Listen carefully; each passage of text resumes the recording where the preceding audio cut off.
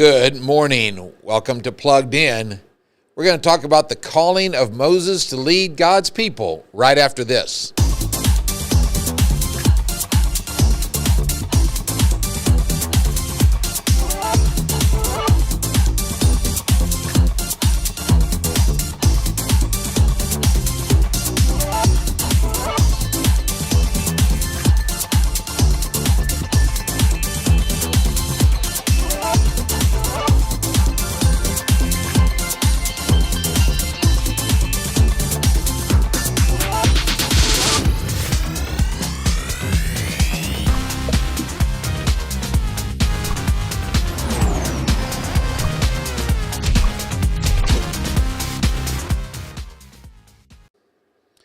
Well, we welcome you back on this President's Day, Monday, the 19th of February. And just a small little plug for this afternoon, I believe right around 4:30-ish, there'll be a show entitled Carol and Will Save the Planet. They've been at this for about 2 weeks, I believe, and I got to watch that live last week. Wonderful show, and so I want to encourage you to either watch it live or watch it later according to your schedule. And but it's a wonderful take on where we're at in our world from two different sides of the aisle. And so hope you'll tune in for that. So there was a farmer who asked his neighbor if he could borrow a rope. The neighbor said, "Sorry, I'm using my rope to tie up milk." "Rope cannot tie up milk," said the farmer. "I know," said the neighbor, "but when a man doesn't want to do something, one reason is as good as another." I'm going to use that story to lead into a series of lessons I'm going to do from Exodus, centered around the individual named Moses. I love the story of Moses. As I was thinking about it this morning, it's kind of a rags to riches type of story. He was born at a time when Pharaoh had given an order that every boy that was born was to be killed. They were to be thrown into the Nile. Moses himself was put into the Nile, but he was not put there to be killed. Instead, his mother put him in a basket so he might be spared. And as it turned out, Pharaoh's daughter found him. And eventually, Moses went to live with her. She took him in as her son. And he was educated, as Acts chapter 7, verse 20 tells us, that he was educated in all the wisdom of the Egyptians. So things weren't starting out too well for him, but then, and he found himself in a palace. But if you fast forward 40 years later, Moses one day witnesses an Egyptian beating up a Hebrew, which is one of Moses' people. Moses came to the Hebrew's defense, and as a result, he killed the Egyptian and hid him in the sand. He looked around to make sure no one had seen him. He thought he was off the hook. But the next day, two Hebrews were fighting each other, and Moses showed up and wanted to know why they were fighting, and they looked at him and asked if he was some kind of a judge, and they said, "What are you going to do, kill us like you did the Egyptian?" And he realized he had been caught. And so he got scared, and Moses ran to a place where he would live, known as Midian. Now we're going to fast forward another 40 more years. Moses one day is out tending the flock that are owned by his father-in-law. And all of a sudden he notices this phenomena. He sees this bush that is burning, but the bush is not burning up. Now that would get any one of us, it would get our attention for sure. And so he approaches this bush, and as he does, he hears this voice, "Moses, Moses." Moses replied, "I am here." And then the voice said this, "Do not come any closer. Take off your sandals, for the place you are standing is holy ground." It was the voice of God calling on Moses. God had seen the misery of his people, who had been the slaves to the Egyptians.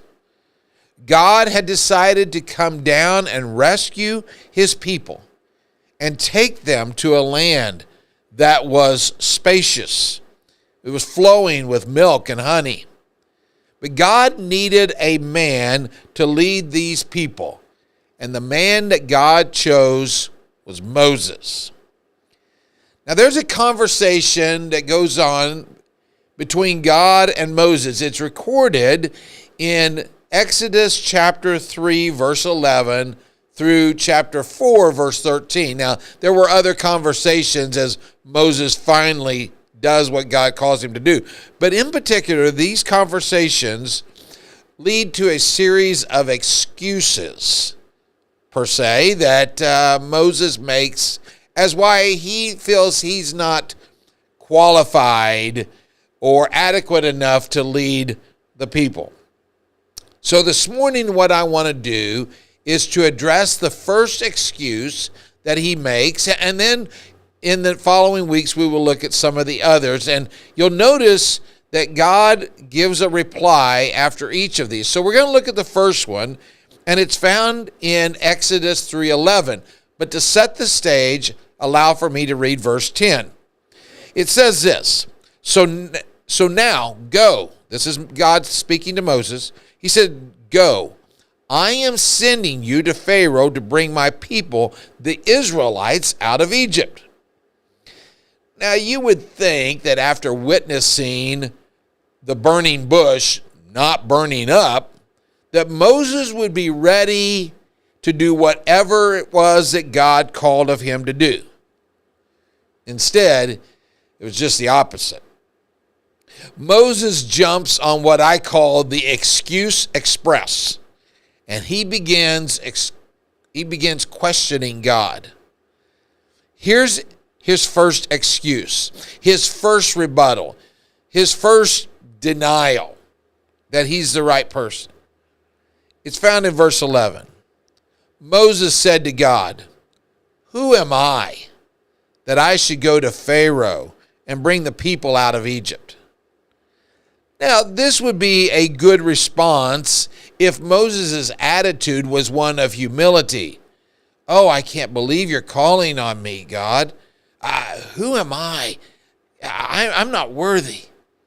That's not really the attitude that Moses has. Basically, what he is saying is this: who am I? I'm not good enough. God, do I need to remind you that I have killed a man? I am just a shepherd. I've not done anything great.